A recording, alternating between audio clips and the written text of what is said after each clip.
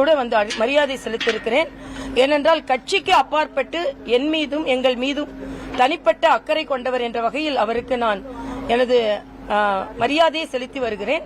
பாரதிய ஜனதா கட்சியை பொறுத்தமட்டில் அவரது நல்ல நடவடிக்கைகளுக்கு என்றுமே நாங்கள் மரியாதை கொடுத்திருக்கிறோம். இன்று மரியாதைக்குரிய ஐயா அவர்களின் வாழ்க்கை வரலாறு இளைஞர்களுக்கு எடுத்துச் சொல்லக்கூடிய வாழ்க்கை வரலாறு. ஏனென்றால் அவர் விளையாட்டில் இன்று மரியாதைக்குரிய மோடி அவர்கள் ஆட்சிக்கு வந்த பின்பு ஒலிம்பிக்கில் பல மெடல்களை நாம் வாங்குகிறோம். அதற்கெல்லாம் அடித்தளம் அமைத்தது, விளையாட்டை ஊக்கப்படுத்தியது மரியாதைக்குரிய ஐயா சிவந்தி ஆதித்தனார் அவர்கள். அதே போல ஒரு எளிமையாக ஒரு பத்திரிகை எப்படி கொண்டு வர முடியும், எளிமையாக ஒரு ஊடகத்தை எப்படி கொண்டு வர முடியும், இதற்கெல்லாம் மேல் எளிமையாக ஒருவரிடம் எப்படி பழக முடியும் என்பதையும் எடுத்துக்காட்டாக விளங்கியவர். ஆக ஊடகத்துறையாக இருக்கட்டும், விளையாட்டுத்துறையாக இருக்கட்டும், ஆன்மீக துறையாக இருக்கட்டும், அவரின் பங்கு முற்றிலுமாக இருந்திருக்கிறது.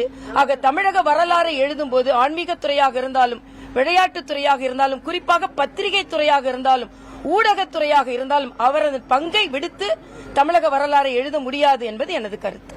டெல்லி ஆளுமைக்கு அப்பாற்பட்டது தமிழ்நாடு. இது வந்து ஒரு அவுட் ஆஃப் கண்ட்ரோல். ஆதிக்கத்தையும் ஆக்கிரமித்து தமிழக மண்ணை ஏற்காது. நேரடியா வந்து மத்திய உள்துறை அமைச்சருக்கு திரு ஸ்டாலின் வந்து சவால் விட்டுருக்காரு. அவுட் ஆஃப் கண்ட்ரோலா தமிழக மக்களின் அவுட் ஆஃப் கண்ட்ரோலா அண்ணன் ஸ்டாலின் இன்னொரு 10-11 மாசத்துல போக போறார் என்பதை மிக பதற்றத்தோடு அவர் வெளிப்படுத்துகிறார். நான் கேட்கிறேன், எவ்வளவுக்கு இவ்வளவு பதற்றம்? அதிமுக பாஜக கூட்டணி அமைந்ததில் இருந்து அண்ணன் ஸ்டாலின் மிகுந்த பதற்றத்தோடு காணப்படுகிறார். நான் சொல்றேன், டெல்லிக்கு நீங்கள் அடிபணிய வேண்டும் என்று யாரும் சொல்லல. டெல்லிக்கு அடிபணியவில்லை என்றால் இலங்கையில் நம் தமிழர்கள் சுட்டுக் கொல்லப்பட்ட போது அடிபணிந்துதானே நீங்க அதை தடுக்காமல் இருந்தீர்கள். இன்று மாநில சுயாட்சியை பற்றி பேசுகிறீர்கள். 16 ஆண்டுகள் 5 அமைச்சர்களோடு ஆட்சியில் இருந்தீர்கள். அப்போ டெல்லிக்கு அடிபணிந்துதானே அதை பற்றி ஒரு வார்த்தை கூட பேசாமல் இருந்தீர்கள். இன்று கல்வியை மாநில பட்டியலுக்கு கொண்டு வர வேண்டும் என்று சொல்கிறீர்கள். இவ்வளவு ஆண்டு காலம், ஏறக்குறைய 15-16 ஆண்டு காலம் ஆட்சியில் மத்தியில் இருந்து கொண்டு டெல்லிக்கு அடிபணிந்து கொண்டுதானே அதை பற்றி ஒற்றை வார்த்தை பேசாமல் இருந்தீர்கள். ஆக நீங்கள் ஆட்சி செய்யும் போது டெல்லிக்கு அடிபணிந்துதான் இருந்தீர்கள், எதையும் கொண்டு வரவில்லை. இன்று வீராவசனம் எல்லாம் பேசலாம். இன்னைக்கு ஷா என்னை ஒன்றும் எந்த ஷாவும் ஒன்று செய்ய முடியாதுன்றாரு. நினைவுபடுத்துகிறேன், 76 KK ஷாவால் தான் இவர்கள் ஆட்சி கலைக்கப்பட்டது. இந்த ஷால ஏதோ ஒரு ஷாவால் இவர்கள் ஆட்சி கலைக்கப்பட்டது. இந்திய வரலாற்றிலேயே ஊழலுக்கு ஒரு முறையும் தேச விரோதத்திற்கு ஒரு முறையும் 2 முறை ஒரு ஆட்சி கலைக்கப்பட்டிருக்கிறது என்றால் அது திராவிட முன்னேற்ற கழக ஆட்சி. அதனால இன்னைக்கு இதையெல்லாம் அவர்கள் பேசிக் கொண்டிருப்பதை விட என்னொன்று சொல்கிறார், நாங்கள் தொகுதி வரையறைக்கு ஒரு கேள்வி கேட்டோம், அதுக்கு பதில் இல்ல. மரியாதைக்குரிய அமித்ஷா அவர்கள் பதில் சொல்லிவிட்டார். உங்களுக்கு புரியவில்லை என்றால் நாங்கள் என்ன செய்வது? அதே மாதிரி ஹிந்தி திணிப்பை பற்றி பதில் இல்லை என்று சொல்கிறார். மரியாதைக்குரிய தர்மேந்திர பிரதான் அவர்கள் ஹிந்தி திணிப்பு கிடையாது என்று சொல்லிவிட்டார். உங்களுக்கு புரியவில்லை என்றால் அவர்கள் என்ன செய்வார்கள்? அதனால் புரிந்தும் புரியாதது மாறியும், தெரிந்தும் தெரியாதது மாறியும், ஆக பதற்றத்தில் பதற்றம் இல்லாததை மாறியும் இன்று முதலமைச்சர் அவர்கள் மிகுந்த பதற்றத்தோடு இருக்கிறார்கள். பதற்றம் வேண்டாம் முதலமைச்சர் அவர்களே, ஒரு 11 மாதம் பொறுத்திருங்கள், நாங்கள் ஆட்சிக்கு வருவோம். அதற்கு பின்பு என்னெல்லாம் தமிழக மக்களுக்கு கொண்டு வர வேண்டுமோ அதையெல்லாம் கொண்டு வருவோம். எப்ப பார்த்தால் மோதல் போக்கு இருந்தால் எப்படி? நான் கேட்கிறேன், நிதியை பற்றி பேசுகிறீர்கள், ஏன் நிதி ஆயோக் கூட்டத்திற்கு போகவில்லை?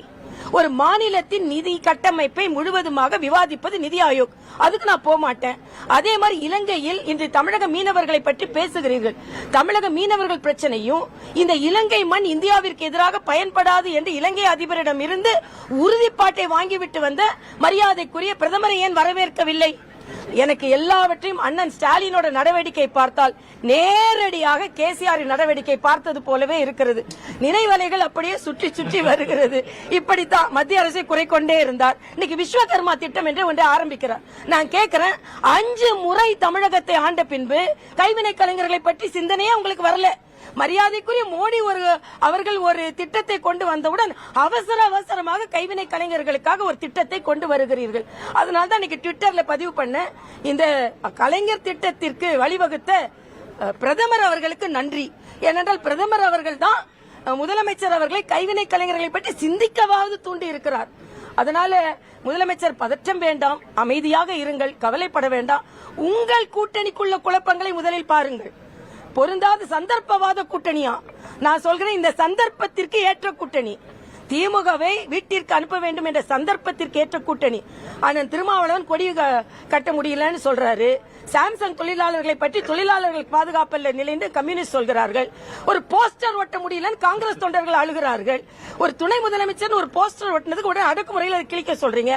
ஆக உங்கள் கூட்டணியில் தான் இன்று குழப்பமே தவிர நாங்கள் இன்று ஏற்படுத்தி இருக்கின்ற கூட்டணி பலமான கூட்டணி. இன்னும் பல பேர் அதில் சேருவார்கள். அதனால் பலமான கூட்டணியை கொண்டு நாங்கள் 2026 சந்திக்க போகிறோம். அதனால் பதற்றம் வேண்டாம், அமைதியாக இருங்கள் என்று கேட்டுக்கொள்கிறோம்.